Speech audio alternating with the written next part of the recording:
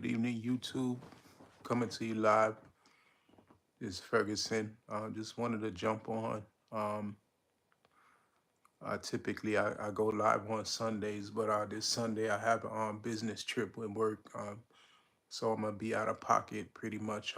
Probably for Sunday. I may try to go live early Sunday morning, but typically, my go live time is at 8 o'clock. But I just wanted to jump on here right quick, just to drop some nuggets, into the airwaves of those that may hear or catch this message. And I just want to tell you something that life is filled with ups and downs, and we have expectation of certain things, but sometimes we come into a place where we become frustrated. We're looking for something to happen. We're searching for something.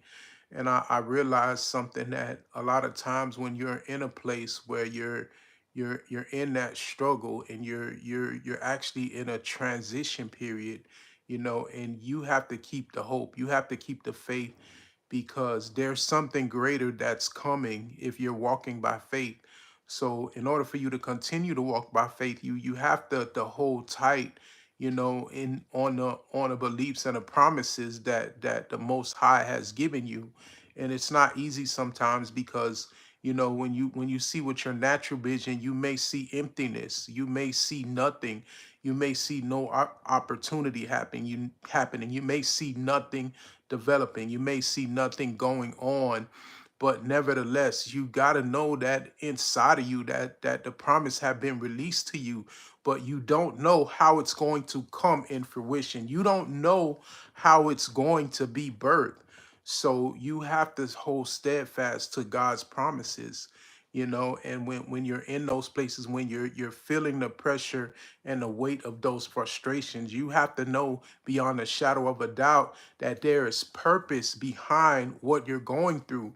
Like you're not where you are by happenstance, by circumstances, but you're there by divine design. So you have to know that. You have to keep that in your field of vision. And let me tell you something even deeper. You have to know what was promised to you, and you have to believe. Not only do you have to believe it, but you have to sit in a place where you're expecting things to happen. So what I'm saying to you in this dimension is, listen, expect great things. Change your mindset, change your attitude. That's going to change your trajectory. If you have a mindset of being defeated, if you think that nothing's going to happen, listen, it's not going to happen. But you got to activate that thing. You have to be able to see it. You have to be able to see what's not there. So that requires for you to dig deeper. That requires for you to put on your spiritual lenses. But a lot of times we can't put on our spiritual lens because we are distracted. We're distracted by people, by things, by influences. But again, if you want to walk this journey of faith, if you want to step into what God's plan is, you're going to have to learn to tune out all of the distractions. You're going to have to learn how to tune out all the negativity and all of the things that are trying to feed you. Because guess what? As a man thinketh, so is he. So, I'm just learning on my journey that I gotta depend on God. Like I can't go by what man's voice is telling me. I can't go by what flesh is telling me, but I gotta go by God's promises, by God's purpose. Because guess what? He made promises. But you know what? You're not going to see those promises with your physical eyes. It becomes something in a spiritual dimension that gets birthed through the process. And see, that's the problem. A lot of folks don't want to go through that process. Let me tell you something. You got to see the vision even in the process. Like there's a process to your job. Like there's a process to even you dealing with your family members in your marriage. There's a process to all of these things. And the problem is we don't want to go through those processes, because those processes is actually what make you. Those processes are actually what births inside of you. Those processes are actually what brings you into your purpose. And that's when the plan becomes revealed. It's those processes, but we don't want to have to go through those processes. We don't want to have to deal with those things. We don't want to have to take accountability and look at ourselves and see the things that we need to change. And I can tell you, even on tonight, as I was doing some reflection and inflection, I was like, you know what? Certain situations I'm finding repeating themselves. So I'm beginning to ask myself the question, like, where am I in all of this? Like, what do I need to change? What do I need to improve? What do I need to address? Like, what is God really trying to say to me in this dimension? Let me tell you something. In every situation, like, God is talking to you in that dimension. So you got to pay attention and you got to do the work. And let me tell you something, it's not an easy feat. You can say it out of your mouth, but listen, the minute you say it out of your mouth and you go lay down and wake up and face the next day, it's gonna be some new challenges. It's gonna be some things that make you mentally want to forget what the promises was. It's gonna be some things that come and attack you. And listen, that's what the scripture tells us. It says that you don't fight against flesh and blood, but you fight against powers and principalities and rulers of darkness, spiritual wickedness in high places. Like, there are some spiritual things that are warring against you, that don't want you to step into your purpose, that don't want you to receive the master plan, that don't want you to get the revelation.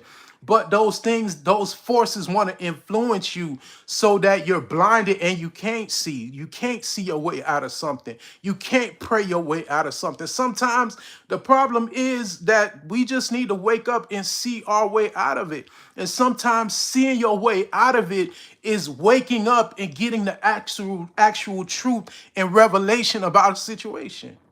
And I can tell you that for myself, like, there are so many situations that I had to learn that, hey, the underlying problem was me and myself. And it was a hard pill to swallow. And I realized that as much as I was getting hurt, that I was putting myself in a position to get hurt.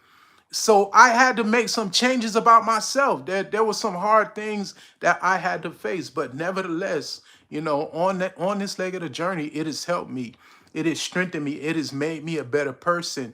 And I've seen the growth and a manifestation, in my spiritual life, in my natural life. I've seen these things manifest, even in my marriage, just certain things that I've had to fine tune. And let me tell you something, when you start doing the work, you'll start seeing the results. We're so quick. We want to hear a prophetic word. We want to hear something profound. But listen, when the last time you took a hard look? When the last time you had that hard conversation? When the last time you really stopped and evaluated yourself? Sometimes we get offensive and we want to put the blame in other places. When the last time you asked those hard questions and took a real deep look inside about yourself? When was the last time you did that? And let me tell you something, even myself growing up in ministry, there's a void of that. We have a lot of leadership. They don't take accountability. They don't look inside. But we want to birth people that will be accountable, that want to be better, that want to grow stronger, that want to do more, and that want to grow in God. Those are the people that we're birthing, because when your character begins to line up, the blessing hit different. Let me tell you, I'm gonna back that up for you. When your character begins to line up, the blessing hit different. And a lot of times the blessing is manifest and birthed through your character, through your experience, through your willingness to learn how to grow in situations. And I can tell you right now where I am, I'm learning to love again. I'm learning to trust again. Why? Because the things that I went through put me in a place where I couldn't trust anybody. And so what happened was I started closing myself down. I started shutting myself off from people, going into a protection mode. Listen, that's what you call a reaction. And sometimes subconsciously, we begin to start reacting to things in a way. And let me tell you something, we were not birthed to be reactive, but we were birthed to be influencers. We were birthed to be shifters. You ought to be changing the atmosphere where you are. You shouldn't allow the atmosphere where you are to change you. And see, that's the problem sometimes. We go somewhere and we're expecting a certain response. But when you step into transformation, you shift out of that. You shift into a higher gear. You shift into a higher dimension where, listen, when I go somewhere, I'm expecting that things are going to change. When I go somewhere, when I do something, I'm expecting that something is going to begin to shift in this dimension. And listen, let me tell you something. When you go through the lessons, when you take those journeys, when you take those steps, when you do those uncomfortable things, when you make those uncomfortable changes, you'll find that mind of the spirit begin to shift you. It'll begin to shift your whole trajectory. And let me tell you something. A lot of you that may come in encounter with this. The problem is, it's not that it's not going to happen. It's not that God does not want it to happen. The problem is you haven't stepped into that ship. You haven't stepped into that dimension. You haven't stepped out of your little hole. You haven't stepped out of your fear. You haven't stepped out of your comfort zone to step out on faith. And let me tell you something, even me coming here on YouTube, like this is me stepping out of my comfortable place. Because I'm the type of person, I'm very solitaire. I'm a very solitaire, enclosed person. So I have to step out of myself. I have to step out of what's uncomfortable for me. And understand, sometimes those things that are comfortable for us, behind it is underlying fear, is underlying reservation, because it is the result of trauma that we have dealt with. It is the result of trauma, and we don't realize, like, you're operating out of a dimension of trauma. How many people do you know that think about it for a minute? How many people do you really know that are operating out of a dimension of trauma? And think about this. Sometimes people who struggle with anger, people who struggle with alcohol, people who struggle with certain things, people who struggle in relationships, you're reacting out of a dimension of trauma. And when you begin to align yourself with the perfect will of God, when you begin to align yourself with the power of God, it'll begin to free you from that. It'll begin to free your mind. But beloved, it is a rigorous process that you got to step into. And listen, that's my word for you today. Do not be reactive, operating out of a spirit of trauma. A lot of us are operating from a spirit of trauma. Listen, the relationships that you're in, they're a result of the spirit of trauma that's on you. You went through some trauma and it never got healed. You kept moving forward. And listen, that's what you're supposed to do. But listen, in you moving forward, you did not gain insight into your behavior. You did not gain insight into what led you into that situation that caused you to fall into the pit. But you're the victim. And I'll tell you, if you look at my YouTubes, I talk a lot about narcissism. And listen, as much as I was preaching about narcissism and just learning about it just blew my mind, how consistent it was from individual to individual, and how many people operate in that spirit. I saw so many consistencies, even to the point where people would reach out to me that would have relationship challenges with narcissists, and I could call a lot of the stuff out because it was very like archetype. It fell into a certain category. But even in me beginning to recognize those things, I had to realize that I had to take ownership in some of that. Why did I allow myself to be put in a position to be linked up with a narcissist? And let me tell you something, when you're dealing with a narcissist, you see the red flags, you see the issue. The problem was, it was some stuff that was inside of me. And for a while, I was upset with God, but it wasn't God's fault. Why? Because who God is he's a perfect gentleman. God will never overstep your will. Don't tell me that. I don't care. I don't care what religion you talking about, what scripture you quoting. God will never overstep your will. So a lot of times what we do is we will ourselves to things. So I was willing myself unbeknowingly. Oh, you better catch that in your spirit right there. I'm gonna back that up. Listen, a lot of you unbeknowing will yourself and come into covenant and come into agreement with some people or some stuff that is not conducive to your spirituality. And you'll see the writings on the wall, but because of your trauma, because of the stuff that you dealt with on the inside, because it hasn't been dealt with It blinds you and it cripples you. And you find yourself making the same mistake. You find yourself with the same relationships. You find yourself with the same type of man. You find yourself with the same type of woman. Listen, I know jokers, even in the church, you've been married 5, 6, 7 times to the same type of person. Only thing is that they look different. Why? Because it's something spiritual, some stuff spiritual that you didn't go and dig deep enough for. And let me tell you something, it's so rewarding when you do that work. It's so rewarding when you tap into your spirituality. And let me tell you something, when you begin to tap into your spirituality, it will begin to birth who you really are and what you can really do. When you're stuck in a place of trauma, it hinders you. It holds you back. It grabs your mind, it captures and captivates your mind. And how we got something captivating our mind when we have a God that says, hey, I can do exceedingly abundantly.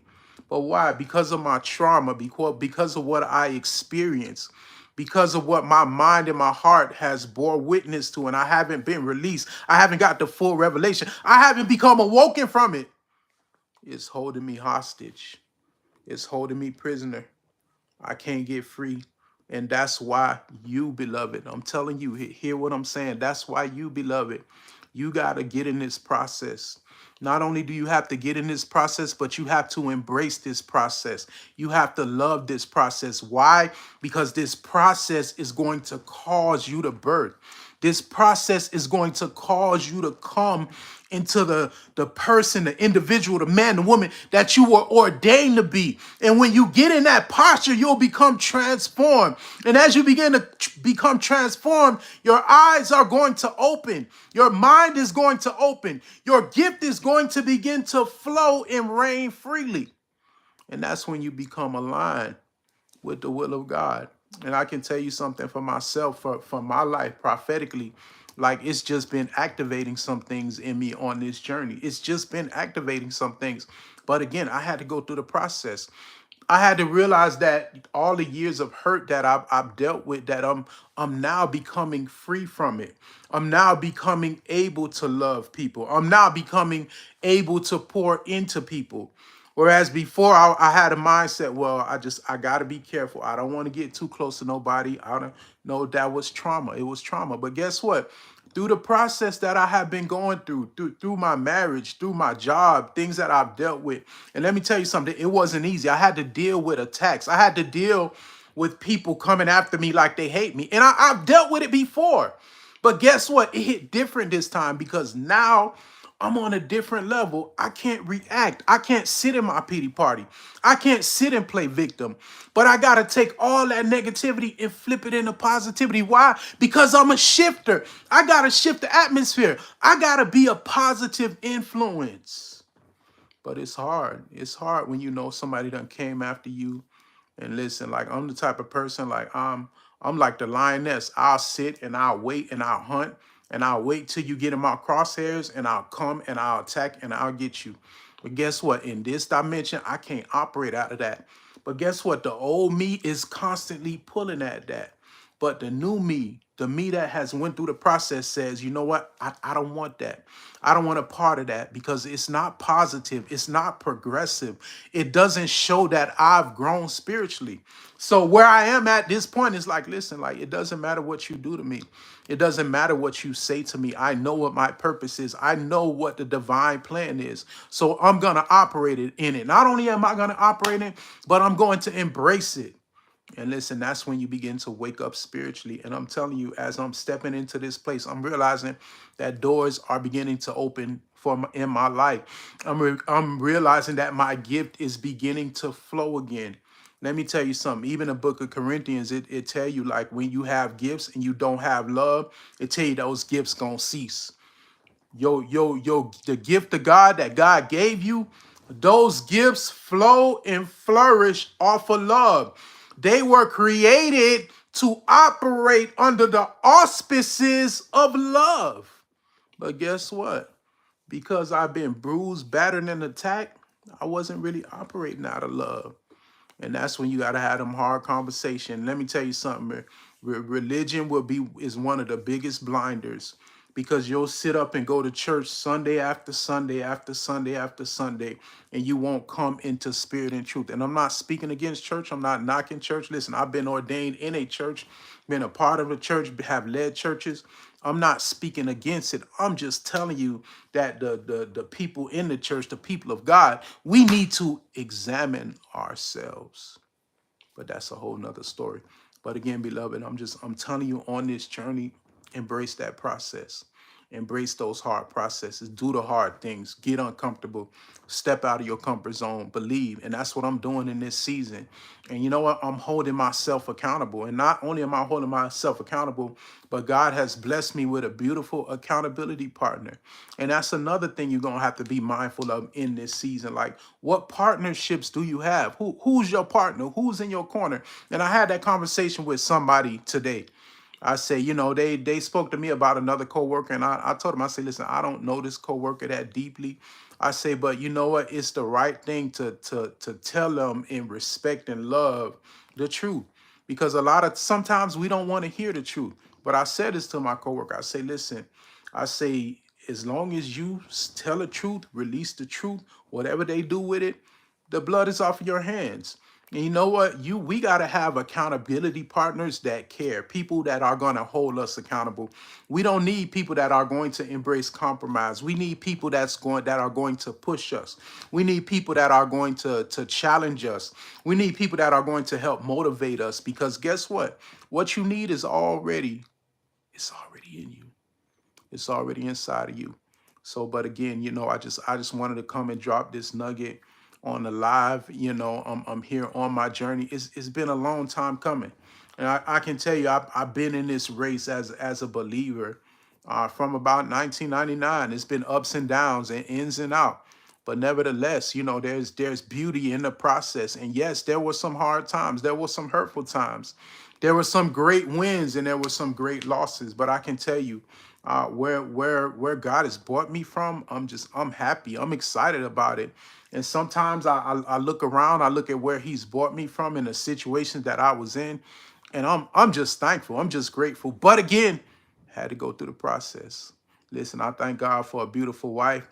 But let me tell you something. You got to pay for the oil. In order for me to have received her, I went through some stuff. I had to make some sacrifices. I had to make some hard choices. I had to do some hard things. I had to subject myself to celibacy. And guess what? I'm glad I did it. But you know what? He brought me into a place where I could receive it. Because where I was in my flesh, I couldn't receive it. But He made me sick and tired. And I'm telling you, that's how God will move. He'll use certain situations. Even your bad stuff. God will use the Spirit will use your bad stuff to help you to get where you need to go. And I'm telling you, he even used my own lust, because I was so lustful.